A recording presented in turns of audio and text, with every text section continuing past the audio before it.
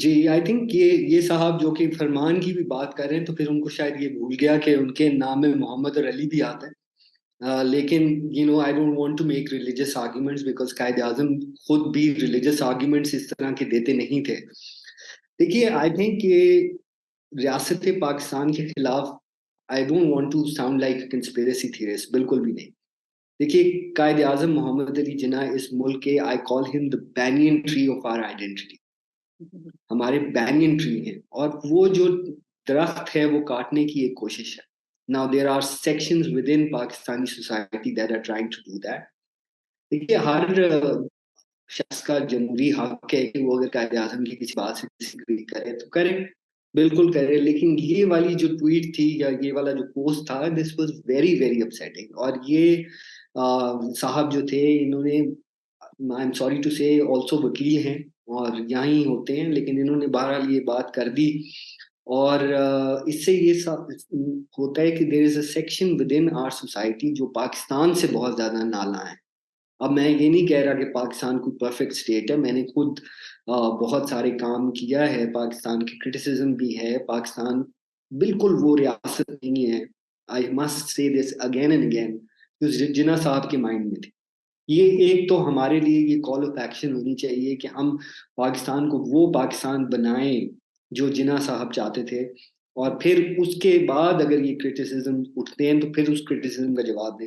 Unfortunately ہم کر نہیں سکے. لیکن یہ اس قسم کی ہیٹریڈ جو ہے اور اس قسم کی ارریشنل سپرسٹیشس باتیں کرنا، آئی تھنک یہ ایک وتیرہ سا بنتا جا رہا ہے. اور یہ آپ یہ دیکھیے کہ there are certain public intellectuals, میں ان کو وہ اپنے آپ کو پبلک انٹلیکچوئل کہتے ہیں، وہ ان میں سے کئی جو ہیں بڑے رسپیکٹڈ ہیں اور لیکن وہ ایک عجیب جی پرومیننٹ بھی ہیں.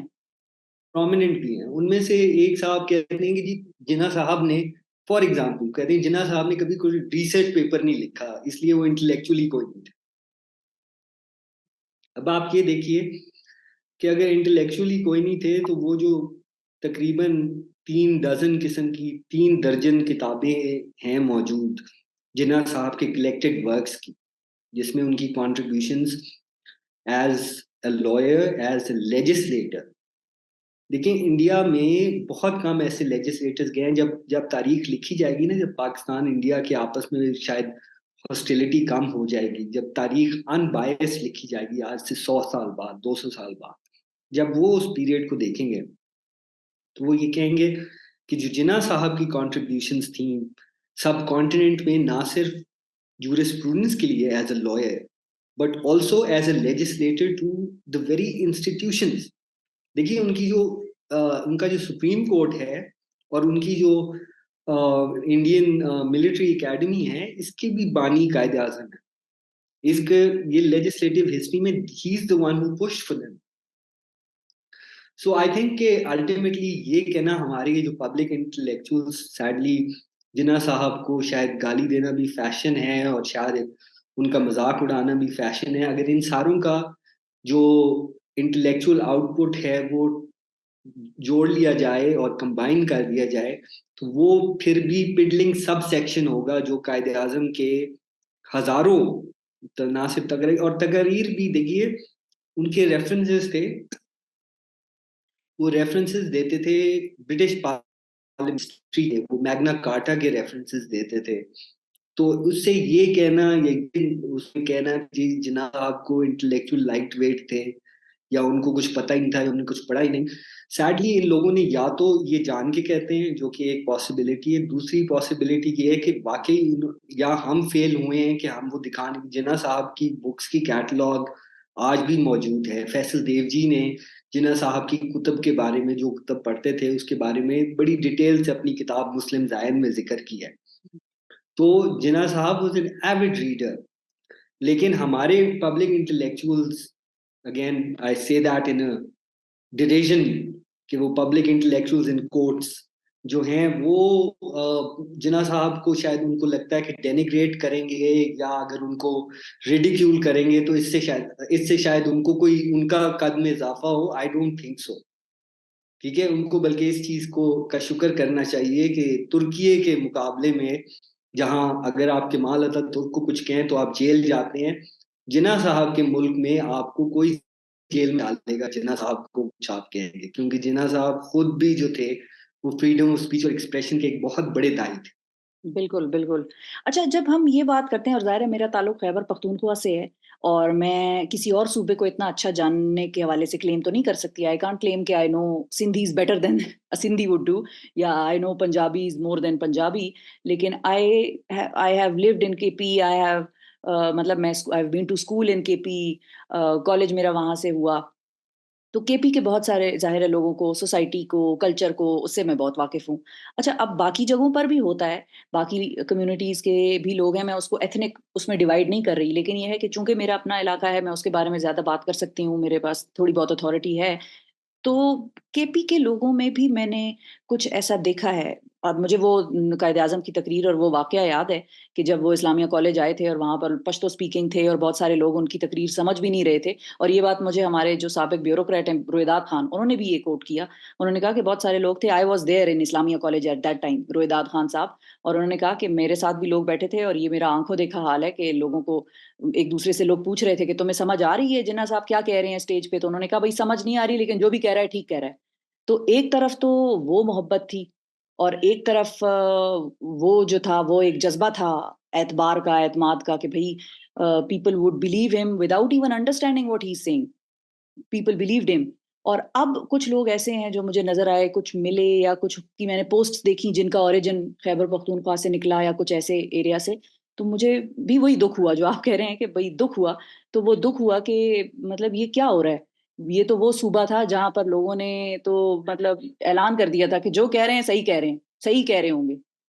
تو میں چاہوں گی کہ جناح صاحب کی کنٹریبیوشن جی. ہمارے لیے ہے، پاکستان کے لیے تو ہے ہی، لیکن وہ کنٹریبیوشن بھی آپ بتائیں جو خیبر پختونخوا جو اس وقت نارتھ ویسٹ فرنٹیئر پروونس ہوا کرتا تھا اس کے لیے تھی.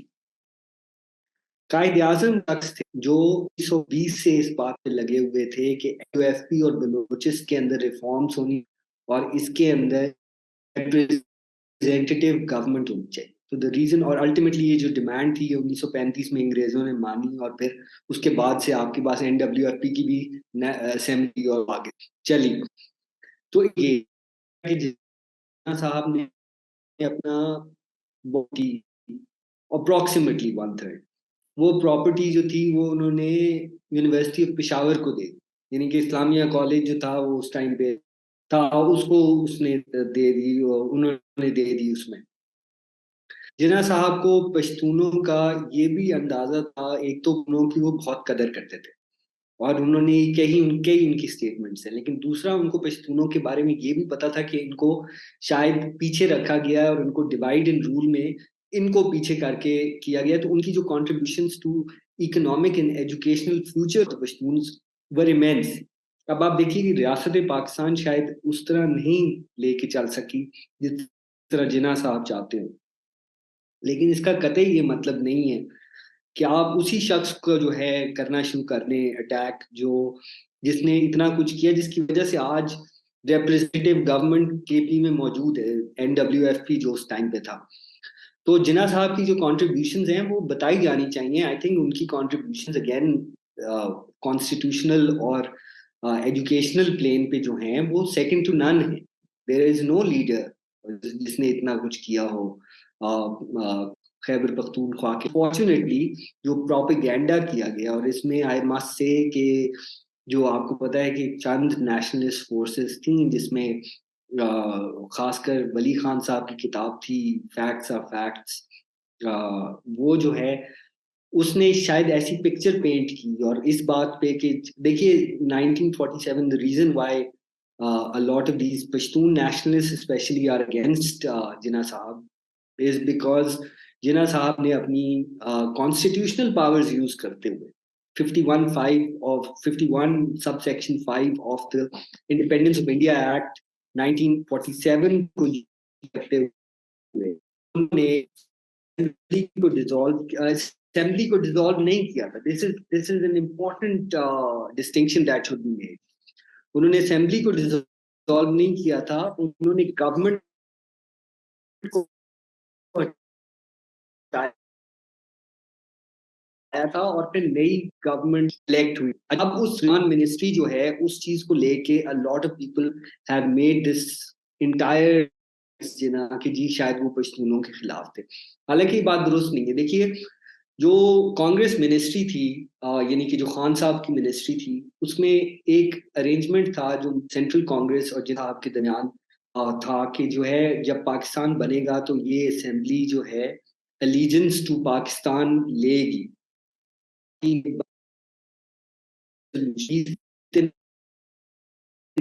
10 دن پہلے پاس کیا تھا. اس میں انہوں نے بات کی تھی کہ ہم ایک اسلامی خیبر پختونخوا بنائیں گے, پختونستان بنائیں گے سوری, اور علیحدہ ہوگا وہ پاکستان سے. اب آپ یہ دیکھیے کہ کیسے ہو سکتا تھا کہ ایک نئی ریاست جو ابھی بنی ہے, جس کو بہرحال ابھی اس کو اسٹیبلش ہونے میں بھی ٹائم لگنا ہے, وہ ایک ایسی گورنمنٹ کو الاؤ کرے constitutionally to continue in power. تو اس لیے وہ ریموو, اور پھر دوسری ان کی جو میجورٹی تھی وہ لوز کر چکے ہوئے تھے, they had lost the majority, لیکن وہ اس پاور کے ساتھ they were like lashing on to power. تو I think that was the reason why he had to do what he had to do. لیکن جناح صاحب دیکھیں ان کے اوپر جو یہ اعتراض اب اٹھ رہا ہے خیبر پختونخوا سے, یہ ڈیکیڈز آف پروپیگینڈا ہے جو جناح صاحب کیا, اور ہماری ریاست جو ہے اس نے اس کے اندر اس کو ایک طرح سے بڑھاوا دیا ہے بائی جو لیجیٹیمیٹ ڈیمانڈس تھیں اور جو لیجیٹیمیٹ پختونوں کے کنسرنز ہیں ان کو ہم نے جو ہے ایڈریس نہیں کیا, جس کی وجہ سے پھر جناح صاحب کو ٹارگٹ کیا جاتا. بالکل صحیح ہے. اچھا, اور 14 پوائنٹس کا بھی میں چاہوں گی کہ آپ ذکر کریں, جو 11th پوائنٹ تھا جناح صاحب کے, ظاہر ہے 14 پوائنٹس میں بھی وہ مطلب مین ہم نے جو ان کی تقریر, اور ظاہر ہے یہ تو ہر بچے کو رٹوائی جاتی ہے اور اس وقت کبھی کبھار سمجھ نہیں بھی آتی, آپ صرف نمبر لینے کے لیے پیپر میں یاد کر رہے ہوتے ہیں, لیکن it has meaning to it. ظاہر ہے وہ 11th پوائنٹ کیا تھا جو وہ پختونوں کے حوالے سے تھا 14 پوائنٹس میں, دا فیمس. بالکل, NW 11th point was about NWFP in Balochistan, کہ ادھر ریفارمز ہونی چاہیے, ادھر جو آپ نے FCR سے جو ہے حکومت چلا رہے ہیں, یعنی کہ آپ بیوروکریسی سے گورنمنٹ کو رن کر رہے ہیں, اس کو ختم ہو کے ریپرزینٹیو گورنمنٹ ہونی چاہیے, وہاں اسمبلی الیکٹ ہونی چاہیے, لوگوں کے پاس ووٹ کا حق ہونا چاہیے جو کہ ان کے پاس اس وقت تک موجود نہیں تھا. تو یہ تو سینٹرل ڈیمانڈز میں سے 14 نکات میں سے ایک سینٹرل ڈیمانڈ تھی, اور یہی وہ ڈیمانڈ تھی جس کو الٹیمیٹلی 1935 میں ایکسیپٹ کیا گیا. انفارچونیٹلی یہ کسی اور لیڈر نے نہیں اٹھائی. مثلا آپ یہ دیکھیے کہ کانگریس پارٹی نے کسی پوائنٹ پہ یہ ڈیمانڈ نہیں کیا کہ NWFP اور بلوچستان میں ریپرزینٹیو گورنمنٹ ہو. انہوں نے ہمیشہ جو بات کی وہ ان صوبوں کی جن میں پہلے ہی ریپرزینٹیو گورنمنٹ تھی. It was only Jinnah Sahab who was going on and speaking about the right of NWFP and the people of NWFP to elect their own government. بالکل صحیح ہے, بالکل صحیح ہے. اور آخر میں یہ بھی چاہوں گی کہ بیکاز وی آر مطلب فلسطین سے بھی بہت ساری ایسی سٹوریز آ رہی ہیں, ہم سب کا دل دکھتا ہے وہ دیکھ کر, کچھ تو دیکھی بھی نہیں جاتی. پیلسٹائن کے حوالے سے, فلسطین کے حوالے سے جناح صاحب کا کیا تھا موقف؟ Was he a pro 2 state solution person, اور was he of the opinion کہ 1 اسٹیٹ سولوشن ہی ہوگا, اور وہ 1 اسٹیٹ سولوشن ان کے مطابق تھا کیا, if he was pro that?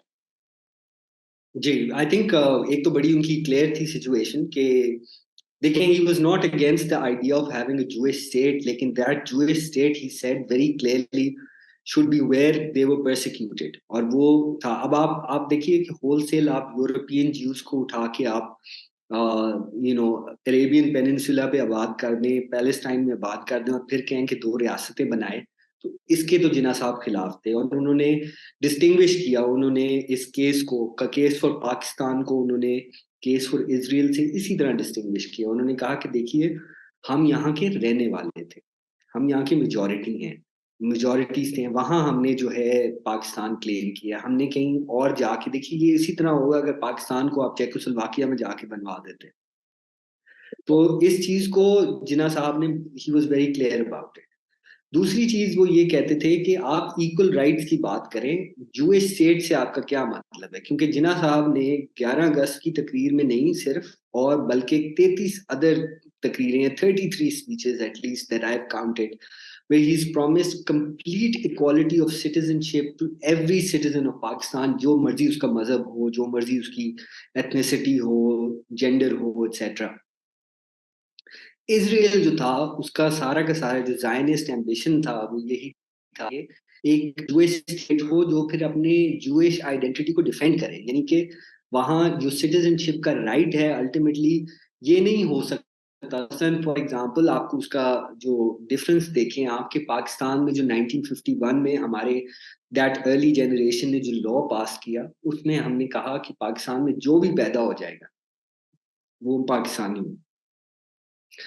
اسرائیل میں یہ لا نہیں ہے. اسرائیل میں یا آپ اٹھ کے جا کے رہ نہیں سکتے اور مطلب کچھ سالوں کے بعد نیچرلائز ہو کے اسرائیلی سٹیزن نہیں بن سکتے. تو یہ ایک بہت بڑی ڈسٹنکشن تھی. تو جہاں پہ کوشچن ہے ٹو اسٹیٹ سولوشن کا, جناح صاحب تو پہلے کوشچن پہ تھے. بیلفور ڈیکلریشن کے بعد سے وہ یہ کہتے تھے کہ آپ ری سیٹلمنٹ نہ کریں. آپ کیونکہ ان کو ایک میجر آبجیکشن ہے اور ان کے پاس انہوں نے یورپین ان کے کافی قریبی دوست ایسے تھے جو یورپین جیوز تھے, لیکن انہوں نے یورپین جیوز کے پرابلمس کے اوپر ان کی اگین جیسے ہم بات کر رہے تھے فیصل دیو جی نے وہ کتابوں کے نام بھی لکھے ہوئے ہیں اپنی کتاب کے اندر کہ جو جناح صاحب پڑھا کرتے تھے. جناح صاحب کو زائنزم کا ساتھ ایک مسئلہ اس لیے تھا کیونکہ وہ یہ دیکھتے تھے کہ یہ آئیڈیا کہ آپ کا ایک ہولی لینڈ ہے اور وہیں آپ نے جیوز کو آباد کرنا ہے, وہ اس کو دیکھتے تھے ایک کرسچن ایکسٹریم کرسچن ایونجیلیکل آئیڈیا. وہ یہ سمجھتے تھے کہ چونکہ کرسچنز یہ بلیو کرتے ہیں کہ اچھا, اور یہ بلیف کرسچن موجود ہے بائی دا وے کہ جی اگر آپ سارے یہودیوں کو اسرائیل میں آباد کر دیں گے تو الٹیمیٹلی قیامت آ جائے گی. دس از زائنزم ان اے نٹ شیل, دس از کرسچن زائنزم. تو جناح صاحب کہتے تھے کہ یہ باتیں نہ کریں, آپ نے بات کریں نیشنل آئیڈینٹی کی بھی. اگر آپ بات کرتے ہیں, اگر آپ جوئش ہوم لینڈ بنانا چاہتے ہیں تو آپ ضرور بنائیں, لیکن دوسرے لوگوں کا حق نہ مانیں. اب آج کے زمانے میں کیا وہ پاکستان کو جیسے پاکستان آج ہے, کیا پاکستان کو ٹو اسٹیٹ سولوشن ایکسیپٹ کرنا چاہیے؟ نہیں, کہ وہ چونکہ انہیں آج کے زمانے میں ہے نہیں, اس لیے ون کین اونلی امیجن. لیکن جہاں تک جو basic principle on which the U N partition plan of 1947 happened, Jinnah Sahib اور ان کے جو دست راست تھے سر ظفر اللہ خان, انہوں نے اس چیز کو ویہمنٹلی اپوز کیا تھا. انہوں نے کہا تھا کہ یہ بالکل آپ غلط کر رہے ہیں, اور اس کا جو لوگ کہتے تھے کہ پیرلل ہے پاکستان کے ساتھ, وہ کہتے تھے اس کا بالکل پاکستان کے ساتھ پیرلل ہے. بالکل ویری امپورٹنٹ. اور آخر میں فائنلی ظاہر ہے ہم نے یہ سمجھنے کی کوشش کی کہ ہم کیا کہ جناح صاحب کے مختلف موضوعات پر کیا موقف رہا اور ان کا کیا سٹانس تھا. اور ظاہر ہے سر ظفر اللہ خان صاحب کا ایک وہ تقریر یونائٹڈ نیشنز کی بھی ہمیں یاد ہے کہ بڑا اسٹرانگلی اور بڑے ہی کلیئر ورڈز میں, مطلب کوئی انہوں نے جس کو کہتے ہیں نا زبان دائیں بائیں گھما کے اور الفاظ کا چناؤ ایسے کر کے کہ اگلوں کو برا نہ لگے, ایسی کوئی حرکت انہوں نے نہیں کی. انہوں نے اسٹریٹ اوے بات کی کہ بھائی یہ نہیں ہمیں منظور اور ہم اس چیز کو سپورٹ نہیں کرتے. بڑا کلیئر کٹ ان کا موقف رہا ہے. لیکن ایٹ دی اینڈ میں یہ چاہوں گی کہ ایک تو ہم نے ان لوگوں کی بات کی جو کہ جناح صاحب کے خلاف ہیں فار مطلب جس میں ریزنز آر بیسیکلی ویسے ویری ایک طرح سے ان نون, لیکن وہ پھر آپ نے وہ بات کی ہے کہ ظاہر ہے کچھ لوگوں کے جینوئن کنسرنز ایڈریس نہیں کیے گئے, جس کے اوپر اوور دا ایئرز وہ بلڈ اپ ہوتی گئی نفرت, اور وہ نفرت ایک ہی شخص کے خلاف نکلی کیونکہ اسی کے خلاف شاید نکل سکتی تھی, آسان تھا. He is not there to defend himself, he is not there to basically اپنے بارے میں جواب دینا اور اپنے آپ کو کلیئر کرنا.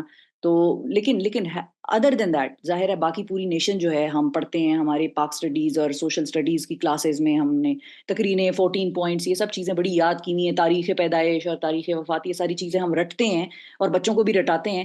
لیکن have we as a nation understood him? No we haven't. دیکھیے یہی سب سے بڑا المیہ ہے. ہم نے قائد اعظم ایک ایسی ریاست چاہتے تھے جو پہلی بات تو یہ کہ ایگالیٹیرین ہو, ایکول ہو, اور کسی قسم کی جو ہے کسی کے ساتھ ڈسکریمنیشن نہ کرے. Unfortunately that is not the case Pakistan کے اندر. بٹ ہم نے ان کی ایسنس نہیں سمجھی. دیکھیے میرے خیال سے جناح صاحب کی ریلیونس جیسے جیسے لوگوں پہ عیاں ہوگی, اور ان کو پڑھنے کے لیے we have to go through his entire record. 1910 سے 1948 تک وہ ممبر آف دا لیجسلیچر تھے ان سم وے اور دی ادر. ہمیں وہ ساری تقاریر پڑھنے کی ضرورت ہے. ان کا جو ہیومن رائٹس پہ, فنڈامنٹل رائٹس پہ ان کا ڈسکورس ہے وہ سیکنڈ ٹو نن ہے.